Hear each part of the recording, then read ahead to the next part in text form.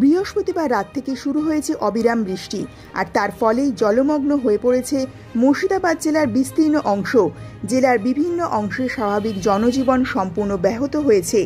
এরই মাঝে স্কুল ভবন খারাপ থাকায় এবং ক্রমাগত বৃষ্টির জল চুইয়ে বিভিন্ন ঘরগুলিতে পড়ায় পরীক্ষা বাতিল করতে বাধ্য হল মুর্শিদাবাদের বড়োয়া ব্লকের অন্তর্গত পছিপাড়া প্রাথমিক বিদ্যালয় কর্তৃপক্ষ।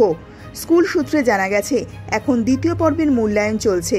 আজ স্কুলের সমস্ত ছাত্রছাত্রীদের পরীক্ষা দিতে আসার কথা ছিল, কিন্তু ক্রমাগত বৃষ্টির জেরে স্কুল ভবনটি অত্যন্ত খারাপ অবস্থায় থাকায় ছাত্রছাত্রীদের নিরাপত্তার কথা মাথায় রেখে স্কুল কর্তৃপক্ষ আজকের সমস্ত পরীক্ষা বাতিল করেছে। আবহাওয়ার উন্নতি হলে পরে এই পরীক্ষা নেওয়া হবে বলে স্কুল কর্তৃপক্ষের তরফ থেকে জানানো হয়েছে। হ্যাঁ, আজকে গত রাত্রি থেকেই তো সারা রাত্রি ধরে বৃষ্টি চলছে, আর আমার স্কুলের বিল্ডিংয়ের অবস্থা তো ভীষণই খারাপ। হ্যাঁ, জল চুয়ে পড়ছে, তারপরে দাঁড়াবার জায়গা নেই, বারান্দা ভিজে গেছে, ঘরের সব দেয়াল টেয়াল দিয়ে চুয়ে জল পড়ছে। এবার কি করা যাবে? ছোট ছোট বাচ্চা, তাদেরকে নিয়ে এসে কিছু যদি অঘটন ঘটে যায় তাহলে তো আমাকেই দায়ী হতে হবে। এবং অনেক গার্জেনই ফোন করেছিলেন যে আজকে কি হবে, পরীক্ষার ব্যাপারটা, মূল্যায়ন চলছে আমাদের দ্বিতীয় পর্বের, কাল থেকে শুরু হয়েছে।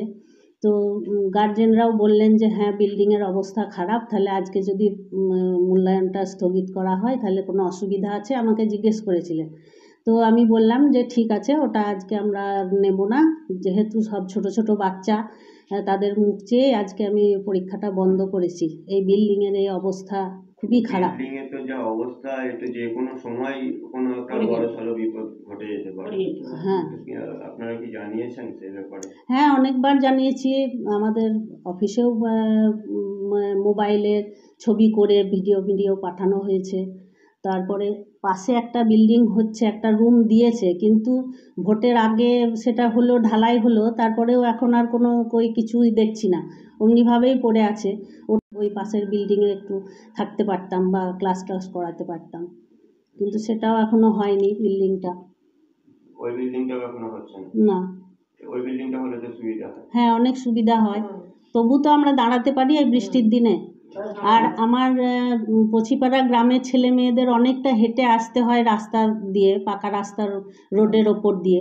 হ্যাঁ, এবার গার্জেনরাও ভয় করেন, গার্জেনরাও জিজ্ঞেস করেন। কি বলছে ঠিকাদার সংস্থা, কি বলছে? ঠিকাদারকে আমি ফোন করেছি যে এটা তো এখনো পড়ে আছে এরকমভাবে, তো কি হবে? তো উনি যা বললেন, আমি সেই কথাটাই বলছি। উনি বললেন যে আমাদের 10 লাখ টাকার একটা ছিল, এই 12 লাখ টাকার ছিল, কিন্তু আমাদেরকে বলছে যে 10 লাখ টাকায় ঘরটাকে সেরে দিতে হবে। তো আমরা এখন সেইটা নিয়ে এখন হয়ে আছে, আমরা সেই জন্য পারছি না, তাই বলছে। তাহলে তো এখন যদি স্কুল এইভাবেই চলতে থাকে বর্ষার সময়, তাহলে তো যে কোনো সময় একটা বিপদ ঘটতেই পারে। হ্যাঁ, সেটাই তো, সেটা এইভাবে তো আর প্রত্যেকদিন বন্ধ রাখতে পারে না, না, অবশ্যই না। এবং আমি তার জন্য আগেই চলে এসেছি যে যদিও কোনো বাচ্চারা এসে দাঁড়িয়ে থাকে বা কিছু হয় জলে বৃষ্টির মধ্যে ভেজে, তার জন্য আমি চলে এসেছি। আমার কুকের আমার দিদিরা চলে এসছেন। হ্যাঁ, আমরা এসেছি, আমাদের রীতিমতো আছি এখন স্কুলে। আমার নাম স্বপ্না চ্যাটার্জি। হ্যাঁ, প্রধান শিক্ষিকা, পছিপাড়া প্রাইমারি স্কুল।